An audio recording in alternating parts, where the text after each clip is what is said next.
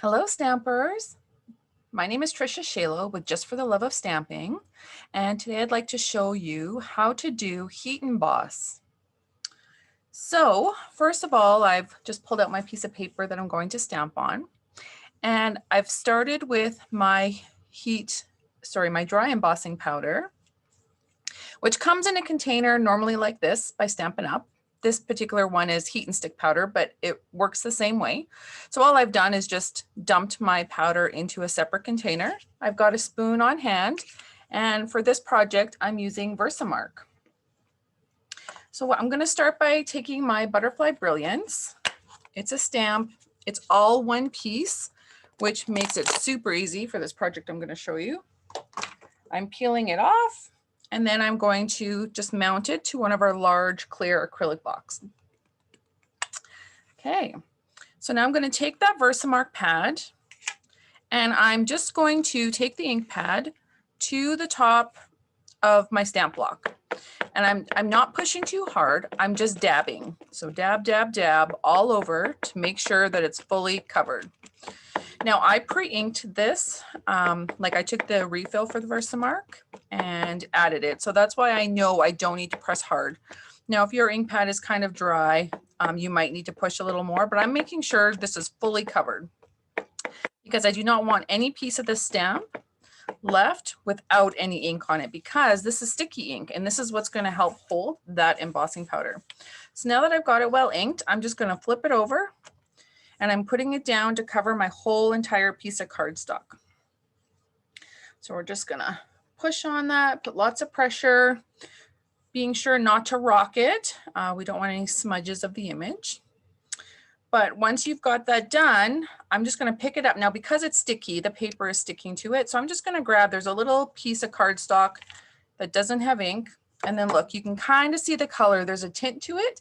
And that's only because of the last color that I'd used on the block. It didn't get cleaned properly. Normally it'd be very hard to see. But this is good for power video. Now, all I'm going to do is just start sprinkling some of that powder over top, and then dumping it off. And look at that black powder just stick. Those butterflies are so beautiful. So I'm just going to do that again, go over the same thing, just in case there's some areas that didn't get covered. Like I said, I want to make sure they all are. I'm just going to flip this a little bit and get the other side as well. So this is how you put embossing powder onto your Versamark stamped image, so that you're preparing it for heat emboss. Okay. Like I said, I just want to make sure it's all fully covered. I don't want to miss any spots whatsoever. And then you can just look, because you may have some spots where there's a little bit of the powder stuck, and you can just take a brush. I'm just using my aqua painter that's not full of water, just to kind of brush off the excess, because otherwise it is going to heat there and leave you little spots. Now you can also take, you know, perhaps a bounce sheet, or maybe you've got a chalk static kind of remover. And so you could rub the paper with that just before you emboss. I did not do that with this one, but that's okay. It's coming off nice and easily. Just give it a little blow and we are done. So I'm going to push that aside. So that is, the powder's all on, but you want to be careful not to touch it in those areas, because otherwise the powder is going to come off and you won't be able to put it back on. I've tried, no matter what, it's a mess. But now what I'm going to do is take my heat tool and heat this up. So I'm just going to get that started. I'm just holding it from one end. You want to make sure that you don't burn your fingers while you're doing this. And I'm letting it heat up, and you'll start seeing the magic here soon as it starts turning to shiny black.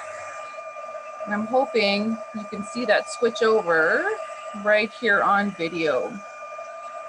Now you shouldn't have to sit on the image too long. You also want to be careful not to burn the image. We're just melting that powder. So you can see how it's going from light, almost like a charcoal color, to now you can see it turning black. I hope you can see that. Leave me a comment in the video if that's something you can see transition, because this is what we call magic. I just love showing this embossing. In fact, when I first started stamping, 17 years ago, this was one of the big wows. Actually, that's a lie. I didn't start stamping 17 years ago. It was well before that. That's when I joined Stampin' Up. But the embossing, the heat embossing is the big wow. Although it's funny, I kind of think I'm old somewhat because this heat tool is such a magnificent invention, because when I started doing this, we actually used the oven elements and even an iron turned upside down in order to heat our paper projects. I think it's just kind of funny that I've been around for the invention of a few things.